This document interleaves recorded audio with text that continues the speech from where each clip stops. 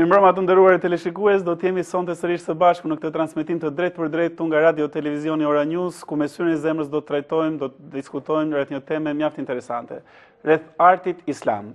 Në fakt, dashur miq, arti islam dhe historia e tij është një temë disi jo e njohur, jo vetëm për shqiptarët, por edhe për botën e gjerë. Pikërisht për të diskutuar kësaj teme, unë kam dy të ftuar të veçantë sonte, dy përfaqësues të artit. Në nderon me pjesëmarrjen e tij profesor Plumë Vorpsi, kompozitor dhe pedagog në Akademinë e Arteve. Mirëmbrëma, mirë se keni ardhur zoti Vorpsi. Si dhe zoti Edison Çeraj, studiues i artit dhe filozofisë, njëkohësisht pedagog në Akademinë e Arteve. Të dashur miq, dua të rikujtoj edhe një herë postën tonë elektronike me syrin e zemrës @oraviznews.com, nga ku ju mund të na shkruani pyetjet dhe sugjerimet tuaja në lidhje me temat që ne trajtojmë. Profesor, për të futur direkt në temë, cili është raporti midis artit dhe besimit? Në të vërtetë mund të jepshim një përgjigje fillestare koncize. Arti dhe besimi, arti i vërtet, po e thekse edhe besimi përbën një unitet. Artistët e vërtet janë besimtarë. Kjo në këndshikimin shumë të gjerë të fjalës, sepse në fakt artistët janë një pjesë, po themi, e privilegjuar e shoqërisë. Ata janë ajo pjesë që krijon vepra artistike nëpërmjet të cilave ato ndikojnë në edukimin shpirtëror të shoqërisë. Ato pikërisht merren me të bukurën, që është edhe kategoria kryesore estetike e artit. Mirë po, që në cilësitë që ka një artist, që i ka të veçanta në krahasim me veprimtaritë e tjera, ne mund të veçojmë edhe disa aspekte të drejtë për drejta të besimit dhe të cilësive. Këtu po e lidhim me faktin që vetë aktiviteti krijues është një aktivitet shumë i veçantë, që jo do kush do mund të arrijë, dhe është një prej dhuntive që përmendet edhe Kurani, është një nga 99 emrat që ka dhe Zoti i Madhëruar, që është krijues. Halikul, që është krijuesi. Pra kjo dhunti i jepet në formë të koncentruar edhe një njeriu nëpërmjet cilit ai do të ushtrojë aktivitetin e tij. Më pas, objekti ose produkti që do t'japi një artist është pikërisht e bukura, dhe e bukura është edhe ky një aspekt dhe një nga emrat, një nga 99 emrat që përmendet në Kur'an, dhe që është Xhemil. Edhe gjitha kjo, po, i bukur. Dhe kjo realizohet nëpërmjet procesit të mjeshtërisë artistike, që është musawir, ai që e krijon edhe procedurën teknike të realizimit të bukurës. Pra, po ta shohim kështu nga bujaria e pakufishme që ka Zoti i gjithësisë, ai zgjedh nga njerëzit me atribute të veçanta dhe në këtë mënyrë artistët të realizojnë krijimtarinë e tyre. E pamë në këtë aspekt, duke qenë se arti i vërtet gjithnjë është ai që ndikon drejt për drejt në anën shpirtërore, do të themi që ka një lidhje organike midis besimit në tërësi dhe artit si manifestim specifik i këtij besimi. Në fakt, po t'i referohemi dhe gjithë historisë së njerëzimit. Arti i vërtet ka qenë ai i lidhur shumë ngushtë me besimin. Po t'i referohemi edhe veprave të arkitekturës, për shembull, ndërtimit të kishave, ndërtimit të xhamive apo të objekteve të tjera të kultit. Apo t'i referohemi edhe kryeveprave qoftë nga letërsia artistike, qoftë nga muzika, veprat që i kanë rezistuar kohës dhe që kanë, si thoshë, dimension gjithkohor dhe mbeten gjithnjë të bukura dhe si thosh meritojnë të themi kryevepra, janë pikërisht ato që dhe qëllimin e krijimit e kanë bërë si objekt të krijimtarisë, që është pikërisht adhurimi i Zotit.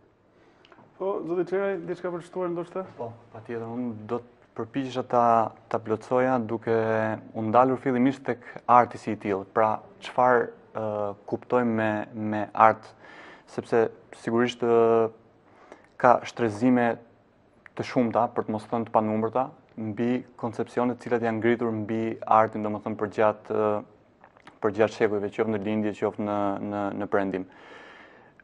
Arti si i tillë, si thotë Begon Brigji tek libri i njohur Historisë së artit, nuk ekziston. Ekzistojnë thjesht artistët të cilët merren me të.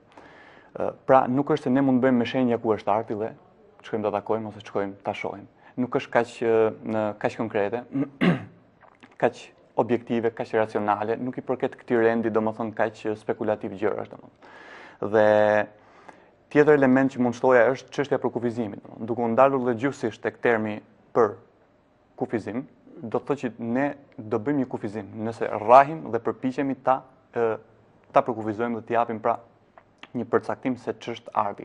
Dhe në fakt, në përgjithësi studiuesit e mlej, domethënë qoftë në lindje, qoftë në perëndim, siç mund të përmendim ndër studiuesit bashkohor, për shembull Heideggerin ose vet Kandinskin që ka qenë artist dhe njëkohësisht teoricien i artit. Mund të përmendim Ibn Arabiun në lindje, mund të përmendim Ibn Hazmin në Andaluzi, të cilët kanë shkruar mbi artin poetik, kanë shkruar mbi forma të ndryshme të artit, por pa bërë, domethënë, përkufizime në mënyrë le të themi eksplicite, domethënë mbi artin, sepse në fakt është e pamundur. Nëse ne besojmë dhe mendojmë që arti është burim i një entiteti metafizik, siç është shpirti, atëherë po aq i pamundshëm për të rrokur në këtillësinë e tij, po aq i pakapshëm, i papërkufizueshëm mbetet dhe arti. Arti mbetet domethënë për tu përjetuar.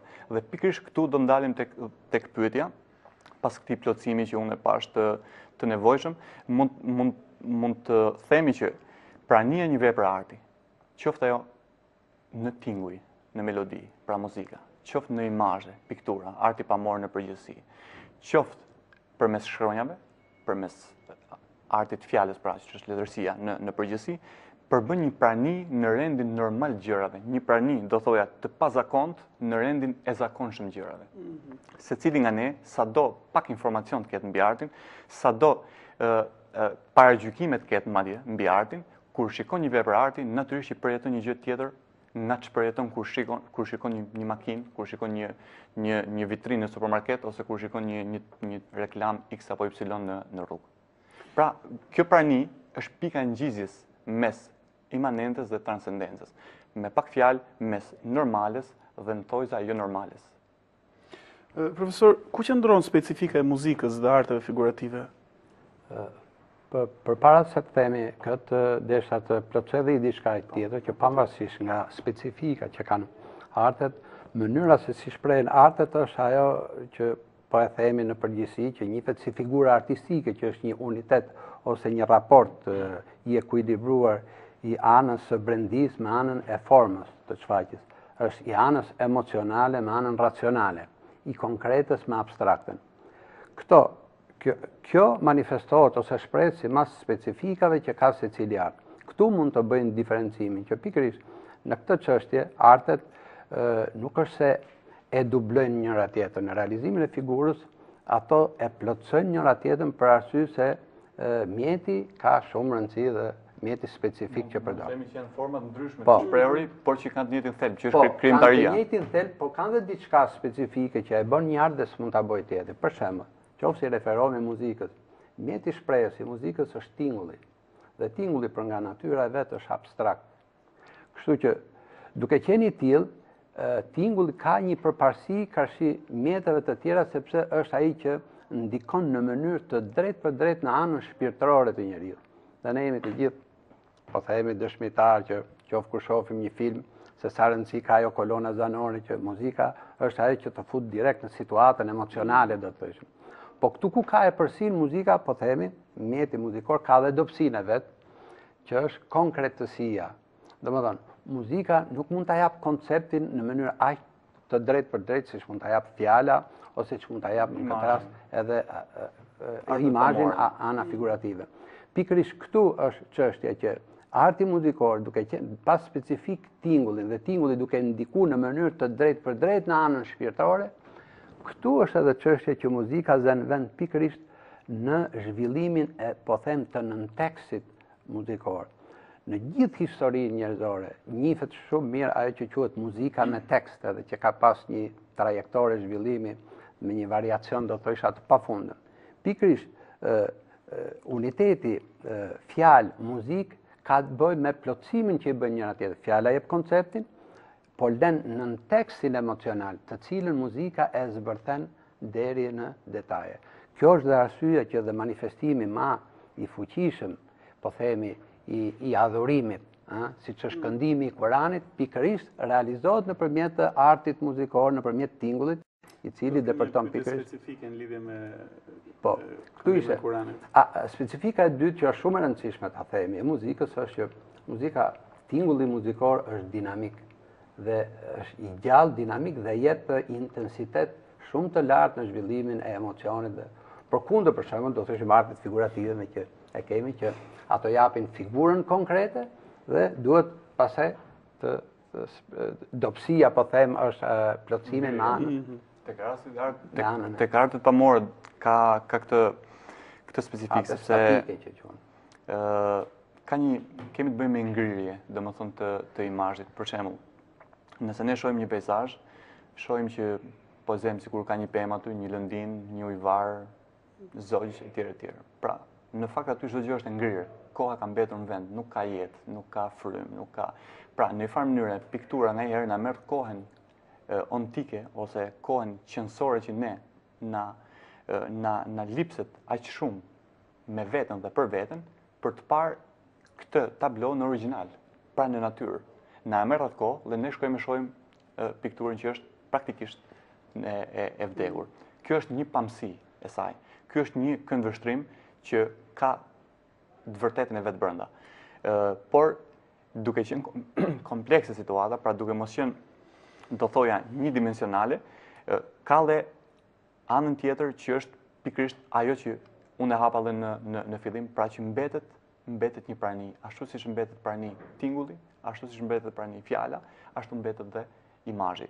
Dhe këtu vlen të përmendet domethënë një nga revolucionet, nëse mund të përmendim termin revolucion në art domethënë, në artet pamore në fillim shekullin e 20 që vjen nga një figurë e shquar e këtij arti, Vasili Kandinsky, është një piktor dhe studiues i artit rus, i cili në vitin 1910 apo 1912, nuk jam i sigurt, shikon një ekspozit të një grupi muslimanësh në Mini të Gjermanisë. Dhe aty dominonte dekoracioni, dominonte linja, dominonte raporti ngjyror, etj. Pra nuk kishte imazhe apo gjësende nga bota që na rrethon. Nuk kishte imitim të po themi të natyrës në formën realiste apo literale të fjalës. Dhe ndikohet aq shumë, impresionohet aq shumë nga ky takim me këtë lloj arti, nga ky event, nga kjo ekspozitë, saqë çështje muajsh pastaj më mbrapa ai bën akuarelin e parë abstrakt që njihet si puna e parë në artet pamore e abstraksionizmit. Dhe këtu fillon arti abstrakt, ku kemi një në thojza, do thoja, shpërfytyrim të imazhit, ikje nga realia ose siç thot Kandinsky, shmangje e illojtarisë ndaj sendores. Çka është shumë e rëndësishme sepse deri në kohën e tij nuk mund të imagjinoj dot që të ishte një punë apo një kuadër pa një gjë konkrete. Profesor, ç'mund të themi mbi muzikën në përgjithësi dhe muzikën me përmbajtje fetare në veçantë, ndoshta ilahit? Po. Këtu duhet të diferencojmë. Këto në fakt janë dy pjesë që si thosh lidhen me aspektin e brendisë së figurës artistike muzikore, po themi. Në të vërtetë, meqense muzika ka këtë ndikim të drejtë për drejtë shpirtëror, kuptohet që tematika që do t'i jepte asaj dhe zhvillimin dhe bukurinë, do thëshim sublim, është pikërisht tematika që lidhet drejt për drejt me adhurimin e Zotit. Unë mund të them me bindje që jo duke e pa në kuptimin e ngushtë siç konceptohet shpeshherë islamik, sepse Islami nuk është thjesht një religion, Islami është një sistem jete i cili përfshin gjithçka që ka ekzistuar dhe ekziston. Dhe me këtë sy mund shihen dhe shumë vepra edhe të kompozitorëve klasik që me gjuhën kuranore quhen ehlil kitab, të cilët vërtet ju kanë kushtuar adhurimit të Zotit, dhe këtë mund të përmend autorë si Palestrina, si Johann Sebastian Bach, ose si Mozart me Requiemin e famshëm, që pikërisht nuk është e rastit që grada më e lartë e shprehjes dhe e nivelit artistik është pikërisht aty ku dhe përmbajtja është më afër me adhurimin. Adhurimi në fundit është qëllimi i krijimit të gjithçkaja, dhe kështu që kur kjo kthehet dhe në tematikë të artit, atëherë arti këtu merr një dimension me të vërtetë universal dhe shndërrohet në një fuqi të jashtëzakonshme. Këtu radhasi mund të përmendim edhe ne i themi ilahi, do të thonë që janë pjesë adhuruese të Zotit. Por shpesh herë ne me ilahit nënkuptojmë disa trajtimi që thjesht në karakterin e një këngë, po kemi disa ilahi, po në të vërtetë adhurimi përfshin nga një këngë thjesht deri ke një dimension, pse jo dhe simfonik, siç është rasti edhe i oratorit Yunus Emre, për shembull të kompozitorit të madh turk Adnan Saygun. Do të ndjekim një insert nga ku kemi të bëjmë pikërisht me këtë tematikën e drejt për drejt dhe përmbajtjen e drejt për drejt adhuruese. Gjithashtu do të theksojsha që një shprehje jashtëzakonisht të bukur dhe do thësha sublime kanë edhe meloditë dhe këngët apo poemat që mund t'i quajmë të mistikëve të mëdhenj të Islamit, që janë pikërisht sufi, muzika e sufive. Pikërisht janë një grup mrena myslimanëve që ju përkushtuan më shumë adhurimit shpirtëror dhe arti që ato krijuan është me të vërtetë me përmasa të jashtëzakonshme. Këtu desha të theksoj edhe një aspekt tjetër, që mënyra se si shprehet në muzikë ky aspekt i përmbajtjes, që do them përbën kryefjalën e përmbajtjes së muzikës në dimensionin hyjnor, është i formave të ndryshme i larmive, ku presupozohen edhe që nga identitetet shumë origjinale, individuale, deri tek dhe klasifikime pse jo dhe nacionale. Në fundit Islami nuk është një robe, apo muzika islamike nuk është një robe, përkundër është një thelb, po gjithsesi ai ka dhe një manifestim origjinal dhe specifik. Për shembull, në traditën e muzikës perëndimore zhvillohet shumë muzika instrumentale, vokale me shumë elemente dhe me shumë instrumenta. Po shumë interesant është mënyra e këndimit dhe me një zë, që kanë shpesh edhe këto këngët sofiste që përmena, apo që kulmojnë pastaj me atë që është më e parritshme, që është edhe këndimi i Kuranit, që është raport mes kolektives dhe individuales. Po, ekspresiviteti dhe janë dy qëndrime të ndryshme ndaj njerëzores. I ndjenjës edhe i shprehjes jo do e mos lidhen me sasinë e instrumentave o të zërave, lidhen me kompleksitetin e përmbajtjes së kësaj. Ka një dimension shumë planësh, ndonë sa e mund të këndohet edhe vetëm me një zë. Do të ndjekim një insert të shkurtër, të dashur miq, do të ndjekim një insert të shkurtër tani është koha e fundit e oratorios, autori i së cilës është Adnan Saygun. Është një pjesë e luajtur në vitin 2009 në Pallatin e Kongreseve nga Orkestra e Filharmonisë Akademisë së Arteve. Do të ndjekim dhe të rikthehemi në studio për ta diskutuar.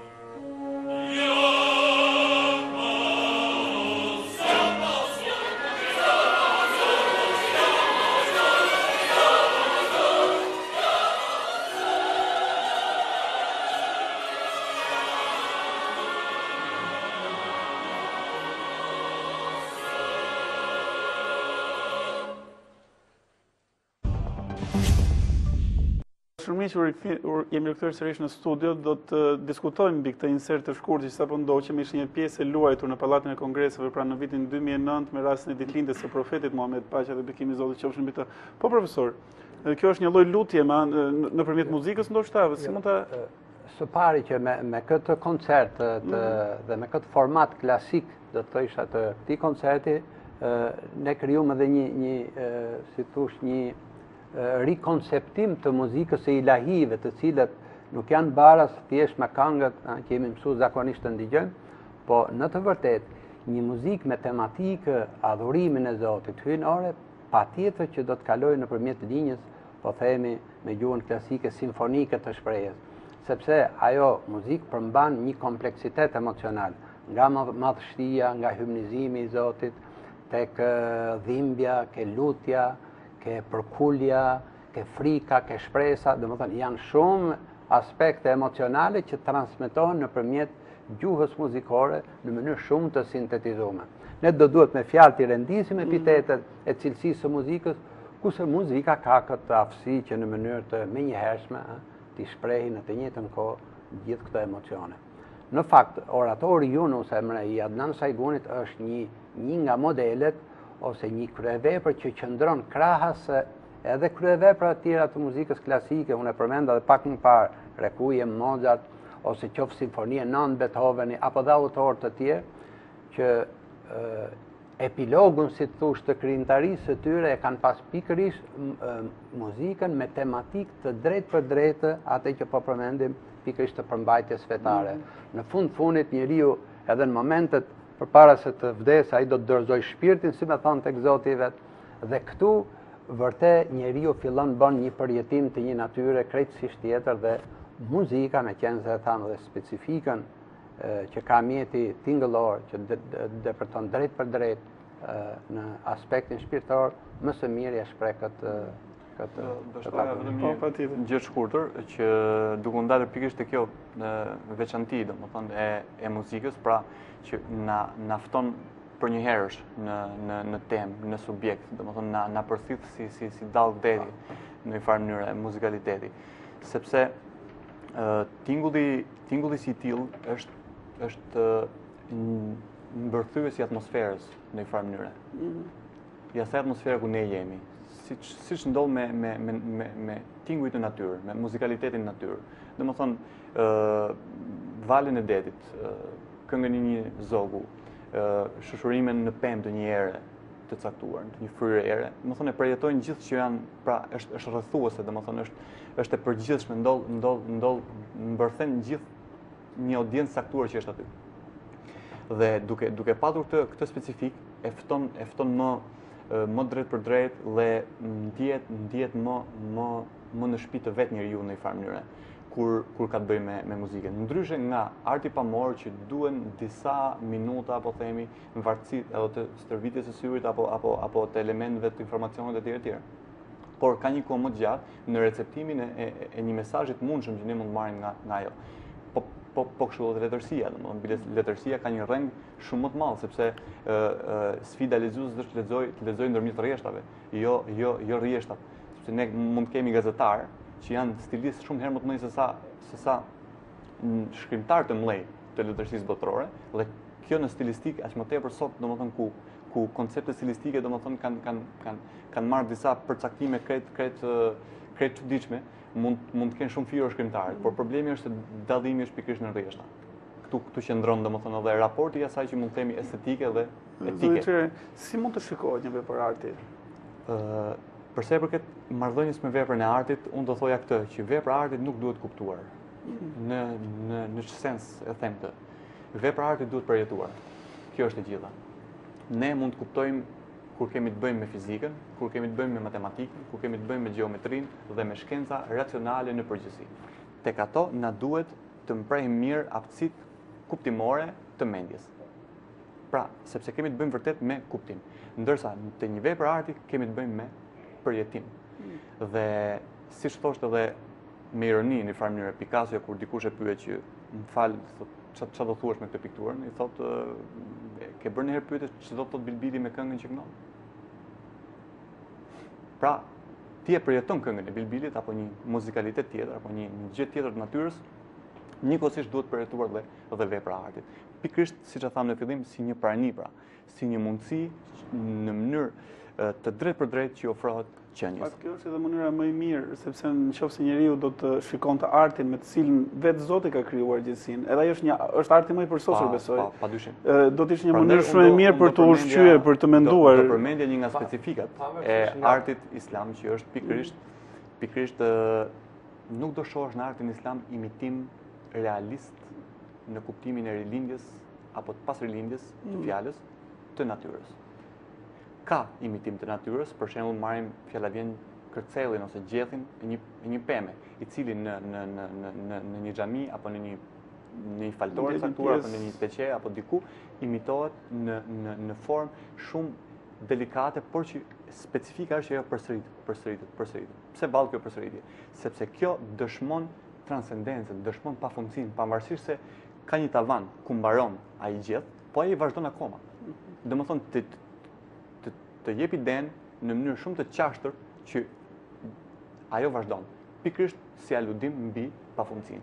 Dhe çështja e imitimit është shumë e rëndësishme sepse këtu kemi të bëjmë me shumë çka ontologjike, me shumë çka qëndësore që lidhet me njeriu. Pra, çfarë mund bëj njeriu dhe çfarë mund mos bëj. Dhe këtu, në rastin konkret, arti islam i jep një orientim njeriu drejt të mundurës, për të marrë me atë, jo thjesht sepse është ndaluar kështu në një kuptim fetar të fjalës të ftohtë. Kjo është domethënë një kategorizim shumë i shpejtë, shumë brut, jo i shtjelluar dhe i trajtuar bashkë me duke ngjitur fetarisë dhe profesionalizmin, njohjen e fushës, çka fatkeqësisht domethënë ka shumë problematika. Pra, me pak fjalë, nëse ka diçka të ndaluar, domethënë në këtë kontekst, hapen shtigje tjera të pamata, të cilat janë pikërisht natyrshme për njeriu sepse ai mund t'i shkel ato, mund t'i bëj ato. Ndërsa imitimi i natyrës, sado perfekt të jetë, sado fotograf të jetë një piktor, sado i tmerrshëm të jetë, hiperrealist të jetë, përsëri ajo mbetet e vdekur. Ajo nuk ka jetë brenda. Kjo është pika ku duhet medituar shumë. Do të vazhdojmë më tej me bisedën. Do të vetëm diçka që nga përjetimet ishte fjala shpar për muzikën që vërtet muzika ose arti është një përjetim i drejt për drejt dhe konkret. Po nga përjetimi konkret në analizën e fundit mund të nxirren dhe konkluzione pse jo dhe filozofike. Dhe kjo vjen si, procesi i krijimtarisë është një proces i lirë, i të shpenguar, që nuk ndodh me kalkulime, formulash të gatshme. Që na ka ndora i nelli, jo ne atë. Ai është një frymëzim të dihet në origjinë hynore, po në analizën e fundit fenomeni si i tillë merr për masa, mund bëhet dhe objekt i një analize, pse jo? Dhe mund të themi që dhe një nga kriteret, një nga kriteret edhe seleksionimit të veprave të artit nuk është thjesht ana profesionale, sa ajo presupozohet profesionale. Është pikërisht mesazhi nëpërmjet cilit ato Benedetto Croce është një estet italian i fund shekullit 19 që thotë e kemi shumë vështirë të përcaktojmë se çfarë është art. Por më të lehtë kemi të përcaktojmë se çfarë nuk është. Do të ndjekim tani një insert të shkurtër, është një pjesë kuranore kënduar nga Abdusamet dhe do të rikthehemi në studio për ta komentuar.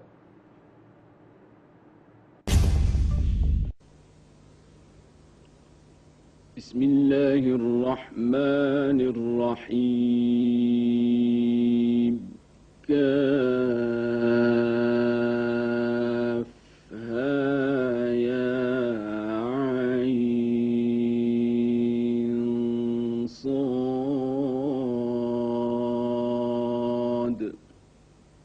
ذكر رحمة ربك عبده زكريا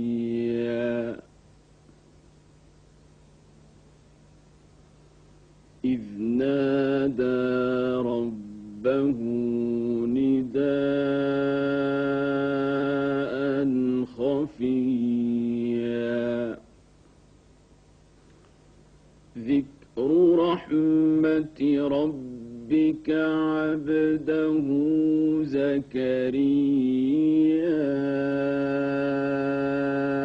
إذ نادى ربه نداء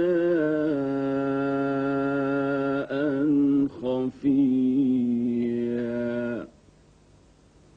قال رب إني وهن العظم مني واشتعل الرأس شيبا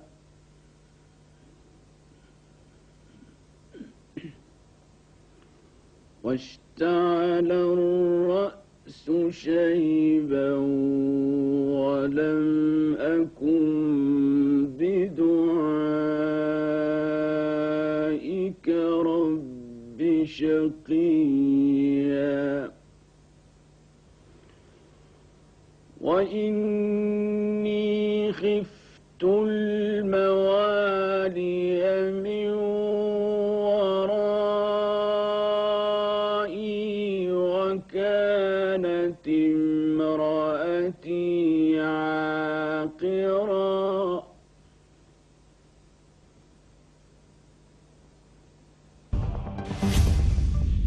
Të dashur miq, jemi rikthyer në studio, sapo kemi ndjekur një insert të shkurtër, ishte një pjesë Kurani kënduar nga Abdusamet dhe profesori do të na bëjë një komentim mbi këtë. Profesor, në përgjithësi, këndimi i Kuranit komentohet si forma më e përkryer e manifestimit muzikor.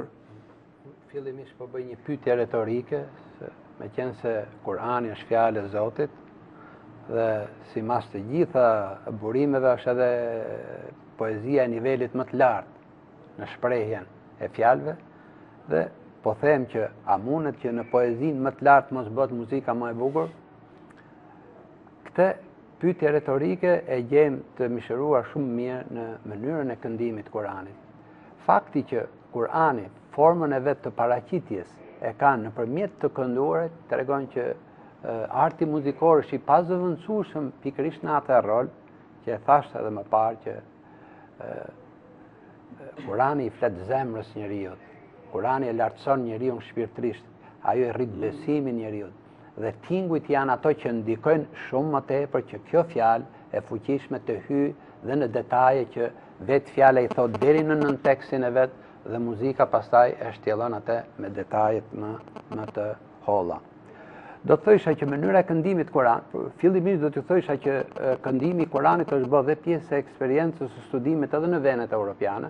Një konservator në Gjermani para 12 vjetësh është bërë një seminar rreth këndimit të Kuranit dhe ai titullohet Kurani Shegezenge. Domethënë eksperienca dhe mënyra e këndimit të Kuranit objekt i një analize muzikologjike. Por ajo që do them është që Kurani këndohet me një zë. E gjitha ajo bazohet në stilin improvizues të kënduarit, që improvizimi mbetet si thosh pjesa më e vyer e çdo lloj arti. Kur një art arrin nivelin e improvizimit, ai ka arrit si thua kulmin e vet. Kurani nga fillimi deri në fund bazohet në këtë stil improvizativ. Ajo ka një shkrirje të plotë të idesë së përgjithshme të fjalëve me muzikën që e përcjell dhe një thellim deri në detaje shumë të holla të muzikës. Sipas rritjes dhe kuptimit që kanë fjalët në Kur'an, po ashtu dhe linja muzikore përfton dallgëzime dhe rritje graduale. Shpesh herë arrin pse jo dhe për masë të tilla të fuqishme që janë diktohen nga përmajtja e tekstit në vartësi. Dhe këtu gjej rastin të them që në këtë të kënduarit me një zë, jo vetëm që i shkon për shtat faktit që ai Zoti është një vetëm dhe i pashoq, por në këtë të kënduar me një zë në mënyrë monodike shprehet një solemnitet, pse jo dhe një farë misterioziteti i brendshëm. Ka një lloj enigme, ka dhe një shprehje të një madhështie dhe qetësie në të njëjtën kohë. Një lutje dhe një përulje, pra një muzikë që të imponohet me dimensionin e vet hyjnor. Kjo lloj muzike në të vërtetë ka fuqinë e shprehjes të tillë që është e paarritshme nga çfarë do lloj si thosh manifestimi tjetër muzikor. Duhet të themi këtu që ajo bazohet tradicionalisht në disa formula ose në disa shkallë muzikore që quhen mekane, që janë të traditës arabe, por ajo ka variacione të jashtëzakonshme dhe njihen 7 mënyra të këndimit Kuranit. Kjo që po ndigjojmë tash është mënyra e 7, dhe të themi është mënyra më artistike, më simfonike, si të themi kështu e shprehjes së kuranore. Po zoti, do shtoja vetëm këtë që e përmendi dhe profesori më përpara që mënyrat e këndimit janë nga më të ndryshmet, jo thjesht 7 mënyrat, po mënyrat e këndimit në vendet ndryshme, domethënë islame. Tjetër ritëm dhe tjetër melodi ose melodiozitet ka në Egjipt, tjetër në Marok, tjetër në Turqi, tjetër në një vend tjetër. Dhe krahas kësaj ne mund vëmë dhe muzikën e këtyre vendeve që është shumë e ndryshme nga njëra tjetra.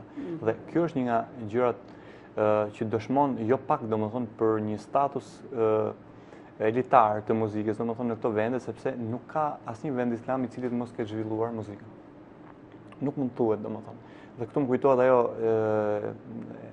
e famshme e Shakespeare-it tek Tregtari i Venedikut ku thotë i poshtruar është ai shpirt që muzikë brenda nuk ka. Domethënë që muzikalitet nuk ka. Domethënë kjo është në këtë kontekst sepse varet se çfarë është u është tiposur në kokë njerëzve për të kuptuar me muzikë ose me art pamore ose me letërsi etj që është shumë e rëndësishme këtu, janë domethënë kodet kulturore që bëjnë dallimin, por ne po flasim parim dhe ky parim për ata të cilët domethënë kanë një farë kërshërie dhe këtë kërshërie manifestojnë edhe me informacion në këtë drejtim bën vërtet qartë gjërat. Nuk është e pamundur gjesh një vend islam të mos ketë traditë muzikën. Ç'mund të themi për artin kohën tonë, profesor? Po, në kohën tonë, ne deri tash folëm pikërisht për, si thosh, pjesën më të vyer të përmbajtjes së një arti, që është pjesa që lidhet pikërisht edhe me atë çka përbën thelbin e ekzistencës së çdo krijese, që është adhurimi i Zotit.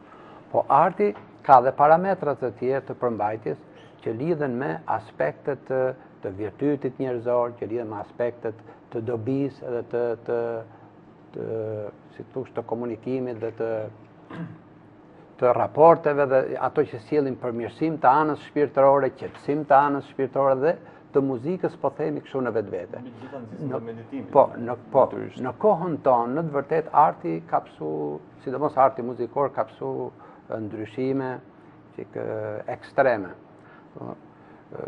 Ka forma të artit të cilët janë thjesht formaliste, janë shmangë problematikës, e kanë kthyer si thosh mjetin në qëllim dhe qëllimin e kanë bërë mjet, dhe kështu arti ka degradu të themi nga pikpamja e përmbajtjes.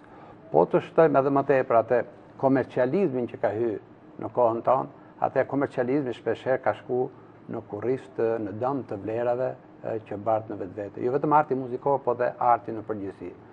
Por në kohën tonë do duhet, ka dhe vepra të bukura, ka dhe vepra që zhvillohen, si thosh, me koncepte më moderne, por ato natyrisht duhen një seleksionim dhe një analizë.